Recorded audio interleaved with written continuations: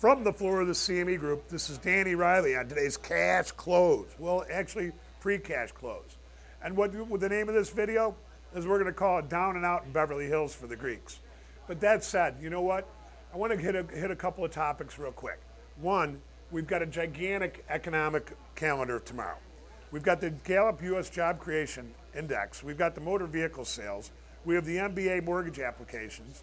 We have the Challenger Jobs Cut Report. We have the ADP Employment Report. We have the Gallup U.S. Payroll to Population number. We have the PMI Manufacturing. We have the ISM number, ISM Manufacturing Index. We have construction spending and the EIA Petroleum stats.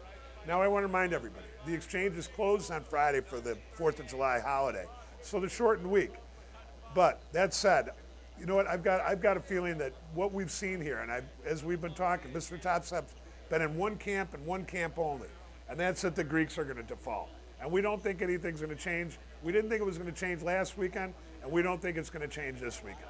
And that said, we think, or at least I think, most of the damage has been done here.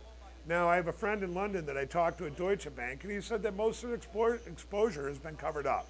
Now, that doesn't mean that there's not going to be losses occurred by the central banks and European lenders, but this has been somewhat prepared for. And I think that, and I can't rule out another Flunk-A-Dunk on the downside, but a couple minutes ago I was talking to Top Notch on the floor, and he said that he thought that if the S&P didn't take out the 2088 level, fill that gap, that we could continue down. Now, I don't disagree with that.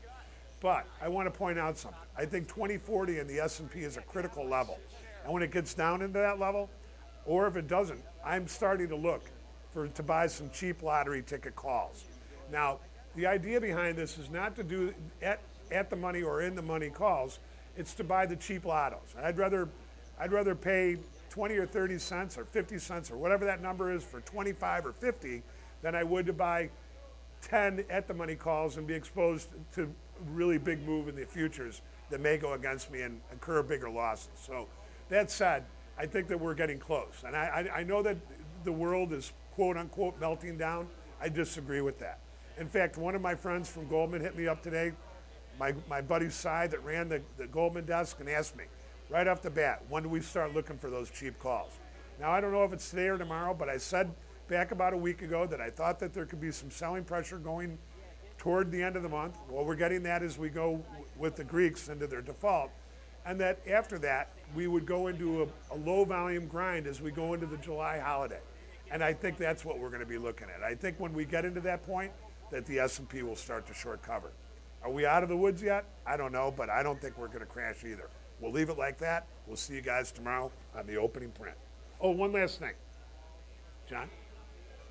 The MIM right now is showing $1.5 billion for sale. We've got about 35 minutes to the cash close. We'll leave it like that. We'll see you tomorrow on the opening print.